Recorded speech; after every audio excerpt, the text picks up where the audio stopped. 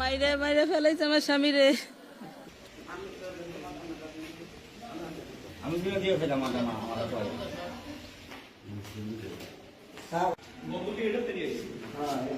গতকালকে আর্জেন্টিনা আর আপনার মিশরের খেলা হয়েছে। তো ওই বাইরের ছেলেগুলো আমরা ভাত খাইতেছি, আমি কিন্তু ওদের নাম জানি না। তা ওরা বলতেছে যে গোল হয়েছে, আর্জেন্টিনা গোল দিতেছে, এক কথা দুই কথা কইতেছে যে আহ, কেউ মিশরের সাপোর্ট, কেউ আবার আর্জেন্টিনার সাপোর্ট। যে মারা গেছে উনি হয়তো আর্জেন্টিনার সাপোর্ট ছিল, মিশরের সাপোর্ট ছিল। আর আর্জেন্টিনার সাপোর্ট যে বিপক্ষ যাদের মার খেয়ে সে মারা গেছে। এখন বলছে যে গোল হয়েছে, কয় তোর বাপে কি গোল দিতে পারবে? তারপরে এ বলছে যে হ্যাঁ তোর, কয় তোর বাপে দেখ গোল দিয়ে দিছে এবার। তারপরে এই অবস্থায় এক কথা দিবে কি, গোল হয় না মানে তোর বাপে গোল দিছে। এভাবে এক কথায় কয় তোরে আজকে খাইছি। এক কথায় দুই কথায় এরা হাতাহাতি করছে, পরে আমরা লোকজন সবাই সরাই দিছি, আমরা তো বাইরের লোক।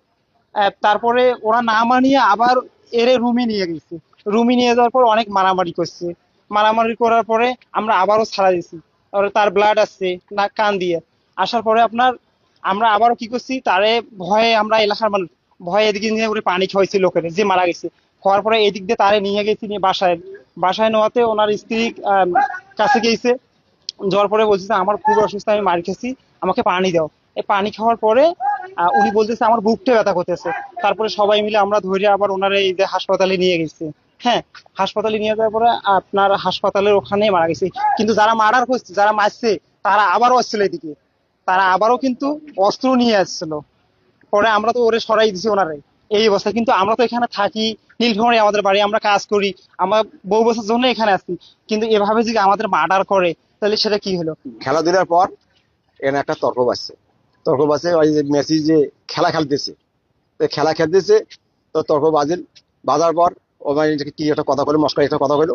মস্কারি সহ্য না করিয়া তাকে মারধর করলো, ঢাকাঢাকি করে মারধর করলো, করিয়া তারপর ওখান থেকে আমার ছুটি দিল।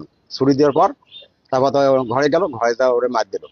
মার দেওয়ার পর তাকে আমার পেঁচে আগ জায়গায় নিয়ে গেলাম, নিয়ে গিয়া আমার ছুরি কাটা নিয়ে আবার আইলো আমাকে ওম ভরিয়ে মারতে।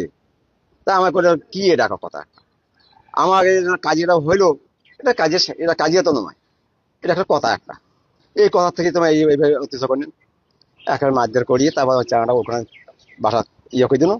দিয়া বাসা গেল, বাসা দেয়া ওখানে মেডিকেলে আবার ধরে গেল টমা।